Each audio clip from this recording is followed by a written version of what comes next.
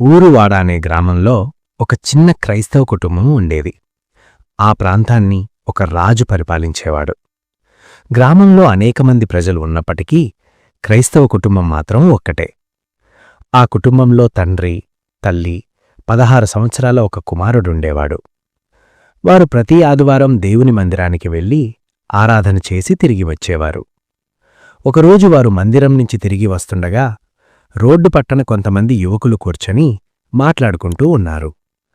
అంతలో దూరం నుంచి కొన్ని గేదెలు పరిగెత్తుకుంటూ వచ్చాయి. అవి అబ్బాయికి బలంగా తగిలి వెళ్ళిపోయాయి. అబ్బాయి కింద పడిపోయి అతని కాలు విరిగిపోయింది. చుట్టూ ఉన్నవారు సహాయం చేయకుండా నవ్వుకున్నారు. ఎక్కడ మీ దేవుడు? మీరు దేవుడి మందిరానికి వెళ్తారేగాని ఇప్పుడు మీ అబ్బాయికెలా జరిగిందేం అని ఎగతాళి చేశారు. తల్లిదండ్రులు తమ కుమారుణ్ణి ఇంటికి తీసుకెళ్లి ఒక వైద్యుణ్ణి పిడిపించి కాలు కట్టించారు. రోజులు గడుస్తున్నాయి. గ్రామస్తులు వచ్చి మళ్ళీ ఇలా అన్నారు.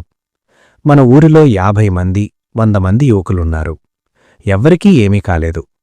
మీ అబ్బాయికే ఎందుకు కాలు విరిగింది? మీ దేవుడు నిద్రపోతున్నాడా? అలా అపహాస్యం చేశారు. అయితే 5 రోజుల తర్వాత రాజు ప్రకటన చేశాడు. మన పక్క దేశం మనపై యుద్ధానికి వస్తోంది. గ్రామంలోని ప్రతి యువకుడు కత్తి, ఢాలు పట్టుకొని యుద్ధానికి రావాలి. గ్రామంలోని అన్ని యువకులను బలవంతంగా తీసుకెళ్లి శిక్షణ ఇచ్చి యుద్ధానికి పంపించారు. ఆ క్రైస్తవ కుటుంబం దగ్గరకు కూడా వచ్చారు. కాని అబ్బాయి కాలు విరిగినందున అతన్ని వదిలేశారు. యుద్ధం చాలా భయంకరంగా జరిగింది. అనేకమంది యువకులు యుద్ధంలో ప్రాణాలు కోల్పోయారు.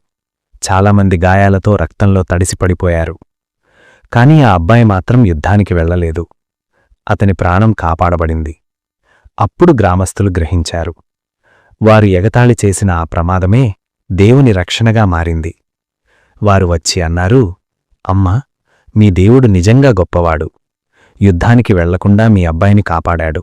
ఈ చిన్ని కథ ద్వారా మనం ఏమి నేర్చుకుంటున్నాము? సమస్తము మన మేలు కొరకే జరుగుతుంది. దేవుడు మనల్ని విడవడు, విడమాయడు. ఆయన తగిన సమయంలో మనల్ని కాపాడతాడు.